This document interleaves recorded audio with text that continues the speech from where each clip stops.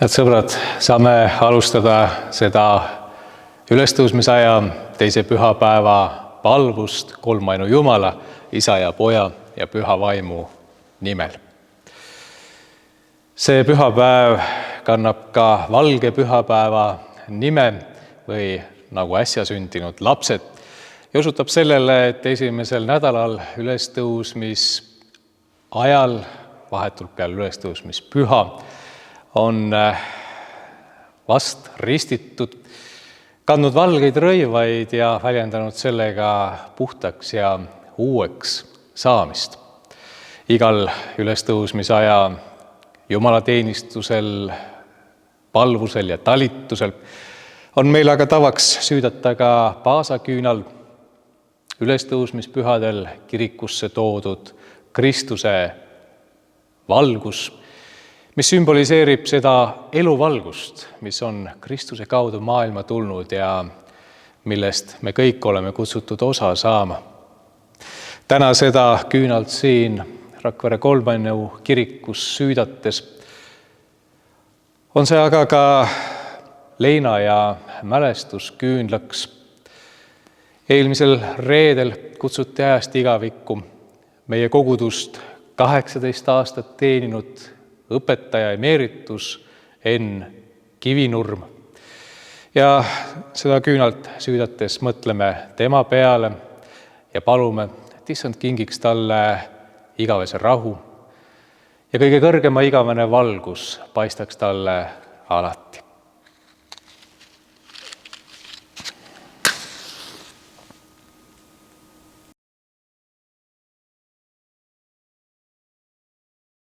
Ja me palvetame. Halastaja Jumal, iga-aastaste ülestõusmispühade toel uuendad sa oma rahva usku. Aita meil üha sügavamalt mõista, kui püha on ristimise pesemine, mis meid on puhastanud. Kui vägev on su vaim, millest oleme uuesti sündinud. Ja kui hinnaline on Kristuse veri, millega oleme vabaks ostetud. Seda palume Jeesuse Kristuse, meie Issanda läbi. Amen.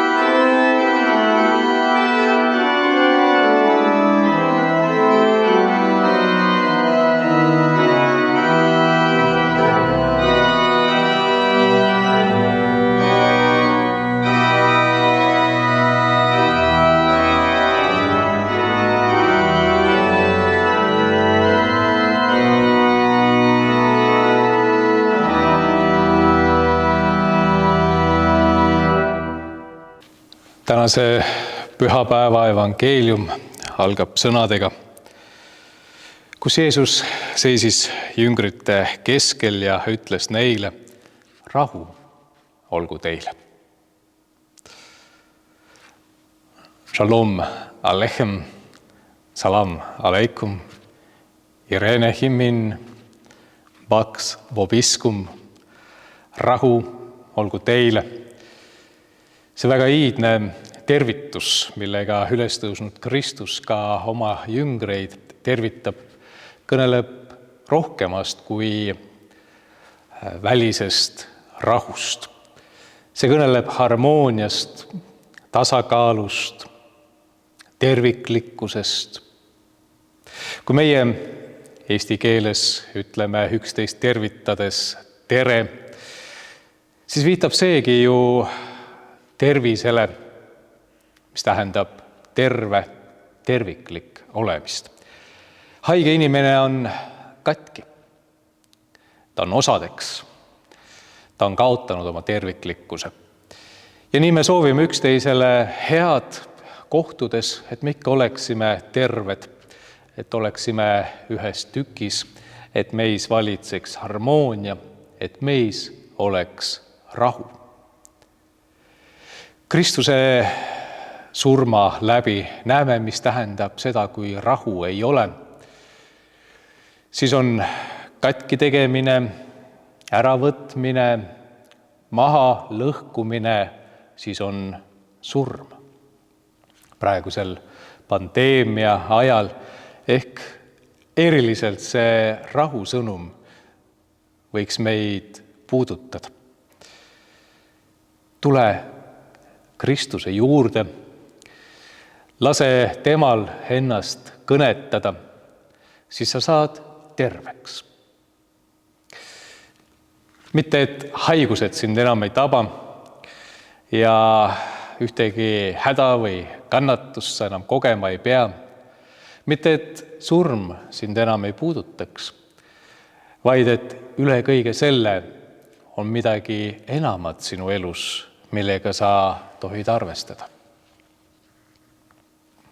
Meie koguduse endine õpetaja, tänaseks igavikku kutsutud õpetaja Enn Kivinurm, on oma esimeses siin Rakvere Kolmainu kirikus õpetajana peetud ülestõusmispüha jutluses aastal 1990 kirjutanud Kristuse ülestõusmisest ja ütleb ja toob välja 4 asja, mida Kristuse ülestõusmine meile näitab. Ta ütleb, Kristuse ülestõusmine näitab, et tõde on tugevam kui vale. Kristuse ülestõusmine näitab, et hea on tugevam kui kuri. Kristuse ülestõusmine näitab, et armastus on tugevam kui vihkamine. Ja viimaks, Kristuse ülestõusmine näitab, et elu on tugevam kui surm. See viimase punkti juures selgitab õpetaja Enn, et kui Jeesus jäänuks hauda, olnuks see tõestus, et surmal on meelevald. Ja ta jutustab ühe loo, kuidas viimase sõja ajal valmistuti ühes Londoni kirikus pühitsema lõikus tänupüha. Teiste handide hulgas, mida kirikusse toodi, leidus ka üks viljavihk. Jumalateenistus jäi kahjuks pidamata, sest pärast õhurünnakut jäid kirikust järele vaid varemed. Mõne aja pärast nägid aga möödujad rusudes orast võrsumas. See kasvas suureks ja kandis vilja. Isegi pommid ei suutnud võita viljatera elujõudu. Kuivõrd enam, ütleb õpetaja Enn Kivinurm, tõestab Jeesuse ülestõusmine, et elu Jumalas on tugevam kui surm. Täna tohime ka sellest sõnumist julgustatuna mõelda õpetaja Ennu eluteele ja tema igavikku lahkumisele, mälestada teda ja palvetada tema eest. Aga veel enam tohime võtta kaasa kõik iseendale selle teadmise. Kristuse ülestõusmise läbi on ka meie ellu tulnud midagi palju rohkemat kui haigus, kannatus ja surm. Elu on võitnud surma. Jumala vägevus on saanud võitu inimlikust rumalusest ja igavene ning tõeline elu ületab kordades selle ajaliku rännaku, milles me täna kulgeme.